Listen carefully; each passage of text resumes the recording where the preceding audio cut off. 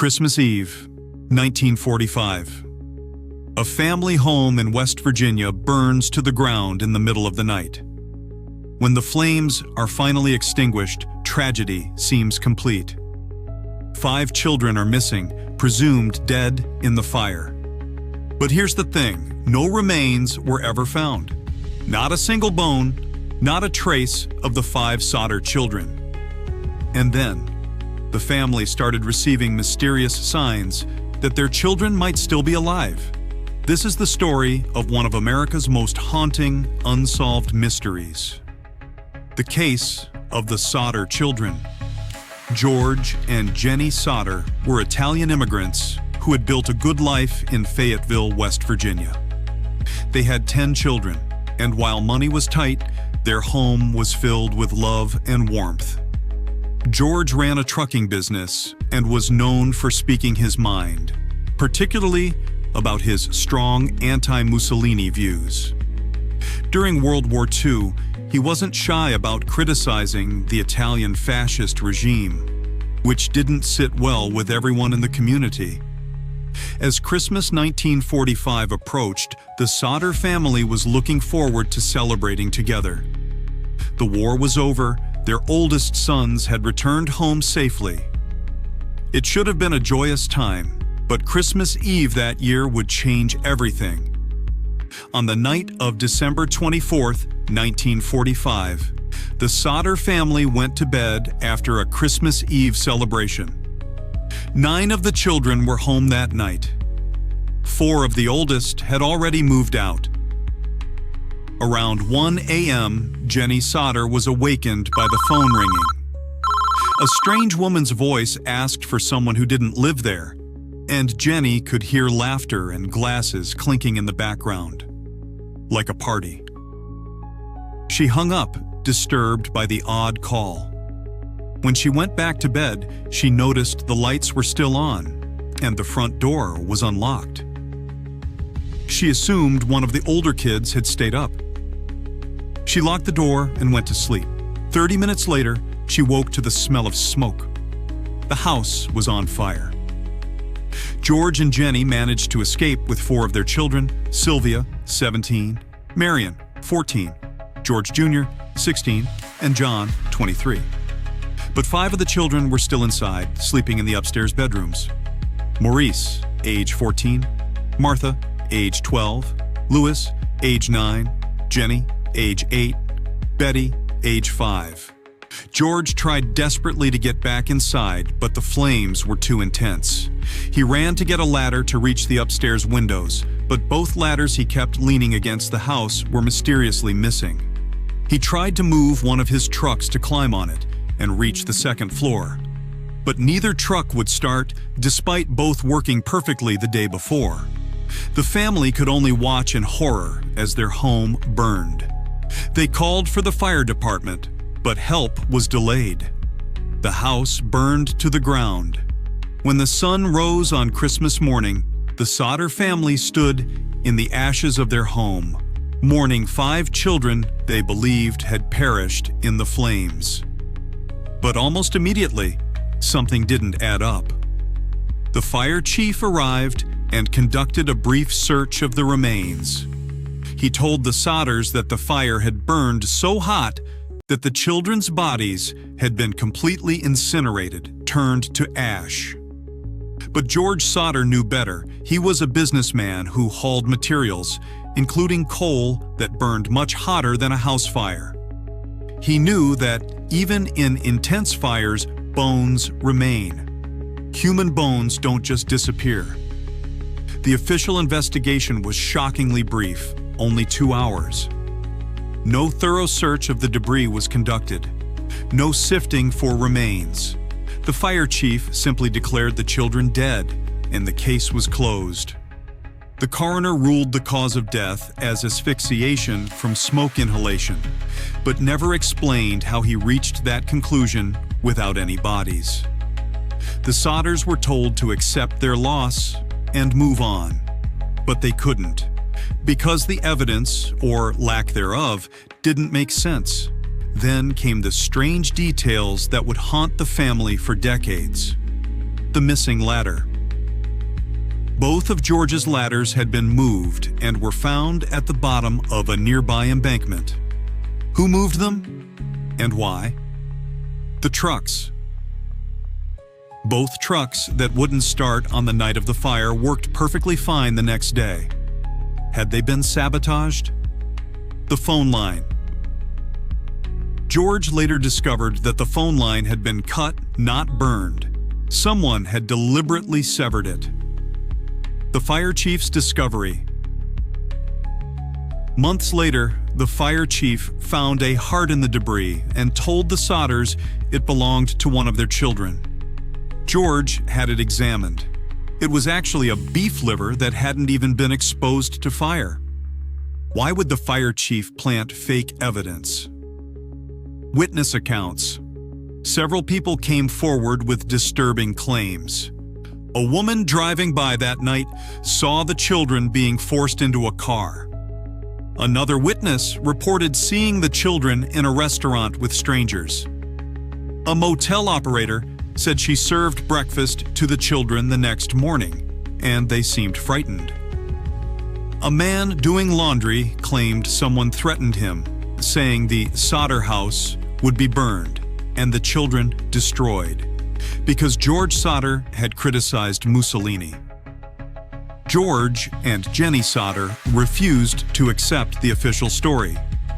They became convinced their children had been kidnapped, not killed, and that the fire was set to cover it up.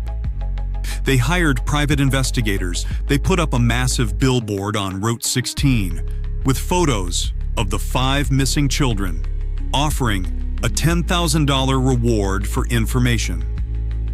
The billboard stayed up for decades, becoming a landmark that locals never forgot. The family pursued every lead, no matter how small. In 1947, they had the site excavated by a crew with modern equipment. They found some household items and personal effects, but no human remains. Not a single bone fragment. Just 4 pieces of human vertebrae that the Smithsonian later determined came from a person who was at least 16 years old. None of the missing children were older than 14.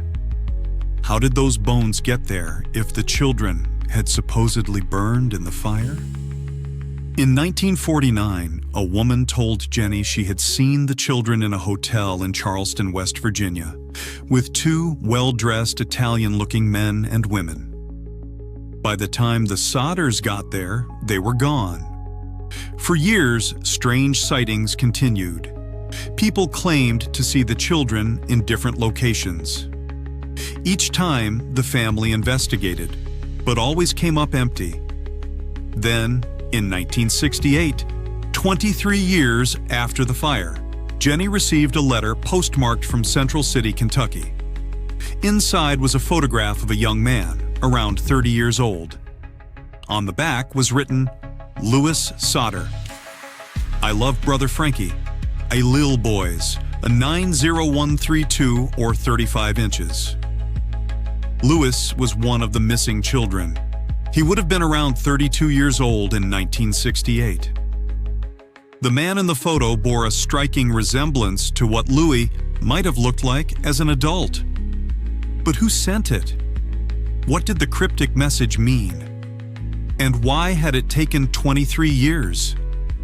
The Sodders hired a private investigator to go to Central City, but he took their money and was never heard from again. The family tried to have the photo analyzed and compared to Louis's childhood pictures, but the technology of the time couldn't provide conclusive answers. Was this proof that at least one of the children had survived? Or was it a cruel hoax? Over the years, several theories have emerged about what really happened to the Sodder children. Theory 1: death by fire.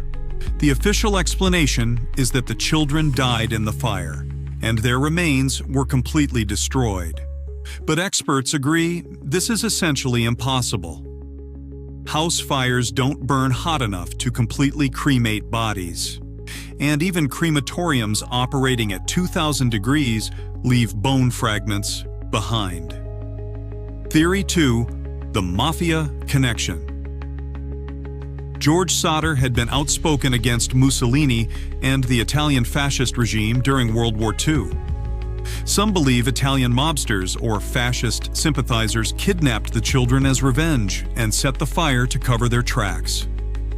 The mysterious threats George received before the fire support this theory. Theory 3. Organ harvesting, trafficking. A darker theory suggests the children were taken for illegal adoption or even organ harvesting. In the 1940s, there were known black market operations dealing in children. Theory 4. Witness protection, secret removal. Some have speculated the children were secretly removed by authorities for reasons unknown and given new identities. But there's no evidence to support why this would happen. Theory 5. Local cover-up. The rushed investigation, planted evidence, and sabotaged equipment suggest local officials may have been involved or were covering for someone. The question is, why? George Sodder died in 1969, 1 year after receiving the mysterious photograph. He never stopped believing his children were alive somewhere. Jennie continued the search until her death in 1989. The billboard remained standing until 1989, a testament to a family that refused to give up. The surviving Sodder children continued investigating for years. They examined every lead, followed every tip, hoping for closure. Today, descendants of the Sodder family still seek answers. Some believe the children were taken and possibly raised by other families, never knowing their true identities. If they survived, they would be in their 80s and 90s now. The disappearance of the Sodder children remains one of America's most baffling unsolved mysteries. Were they kidnapped and the fire set as a cover? Did someone in power orchestrate their disappearance? Was the photograph of Lewis real or a cruel hoax? The evidence suggests these children did not die in that fire, but if they survived, what happened to them? Where did they go? And why has no one come forward in all these years? For nearly 80 years, the Sodder children have been missing. Their family never stopped searching, never stopped hoping, and never stopped believing they were out there somewhere. The questions remain unanswered, but the story of the Sodder family reminds us that sometimes the hardest thing isn't losing someone, it's not knowing what happened to them. If you have any information about the Sodder children, their case remains open. Even after all these years, the truth might still be found. What do you think happened on that Christmas Eve in 1945? Share your thoughts respectfully in the comments. If you found this story compelling, please like this video, subscribe to the channel, and turn on notifications for more unsolved mysteries. Until next time, remember, some mysteries never die.